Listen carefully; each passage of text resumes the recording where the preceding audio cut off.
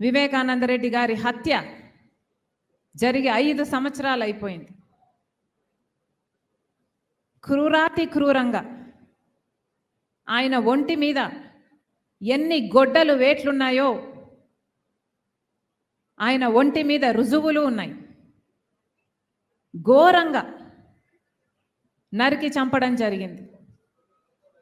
సమాజంలో పెద్ద మనిషి, సమాజంలో మంచి మనిషి డాక్టర్ వైఎస్ రాజశేఖర్ రెడ్డి గారి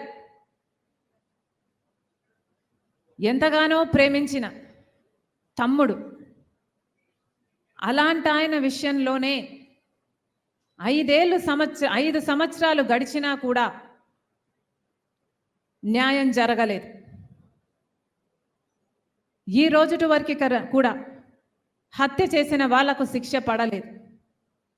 ఇక అంతటి మనిషికి కూడా న్యాయం జరగకపోతే, హంతకులకు శిక్ష పడకపోతే ఇక సమాజంలో సామాన్యుల పరిస్థితి ఏమిటి? సామాన్యుల విషయంలో న్యాయం జరుగుతుంది అని సమాజం నమ్మే పరిస్థితి ఉండాలి అంటే ఈ పాటికి ఎప్పుడో హంతకులను గుర్తించుండాలి, వాళ్ళకు శిక్ష కూడా వేసుండాలి. కానీ 5 సంవత్సరాలు గడిచినా కూడా ఈ రోజుటి వరకు కూడా హంతకులకు శిక్ష పడనే లేదు. హత్య జరిగిన రోజున మాకు చెప్పిన విషయం, చిన్నాన హార్ట్ అటాక్తో చనిపోయాడు అని. సాక్షి కూడా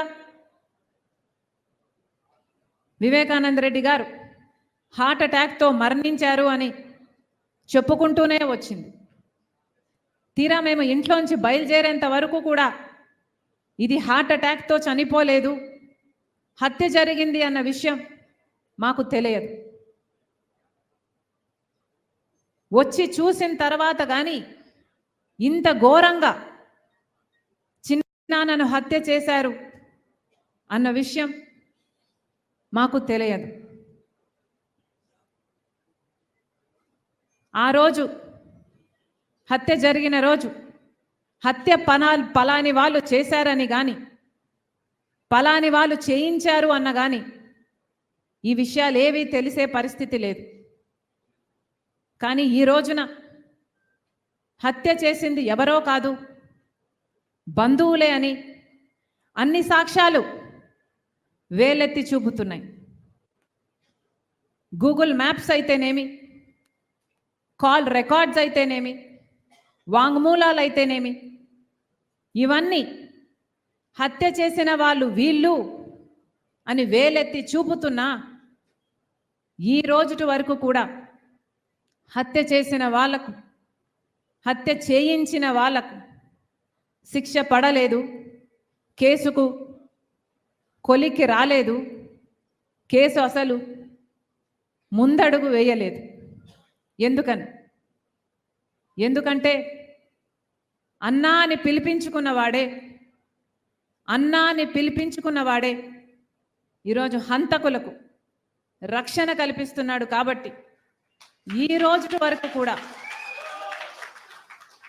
చిన్నాన్న విషయంలో న్యాయం జరగలేదు.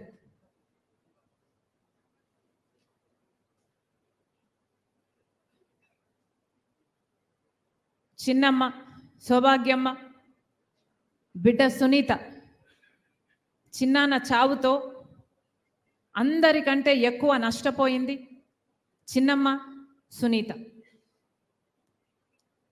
సౌభాగ్యమ్మ గారు, సునీత రెడ్డి గారు